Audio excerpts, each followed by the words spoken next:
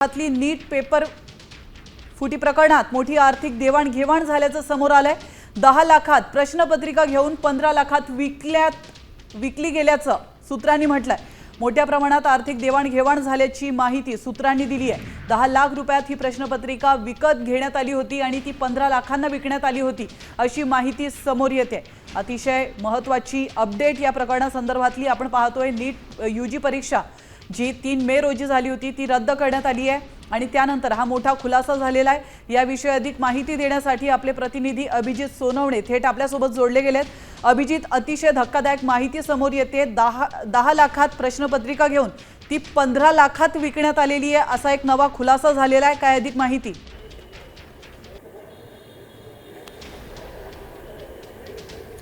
प्राची, सूत्रांनी जी माहिती दिलेली आहे, पोलीस तपासामध्ये अतिशय धक्कादायक अशा बाबी समोर आलेल्या आहेत। नाशिकचा जो संशयित आरोपी आहे शुभम खैरनार, या आरोपीने 10 लाख रुपये देऊन ही प्रश्नपत्रिका विकत घेतलेली होती आणि त्यानंतर त्याने अन्य दुसऱ्या व्यक्तीला 15 लाख रुपयामध्ये ही प्रश्नपत्रिका विकली आणि त्यानंतर ही प्रश्नपत्रिका इंस्टाग्राम आणि सोशल मीडियावर व्हायरल झालेली होती।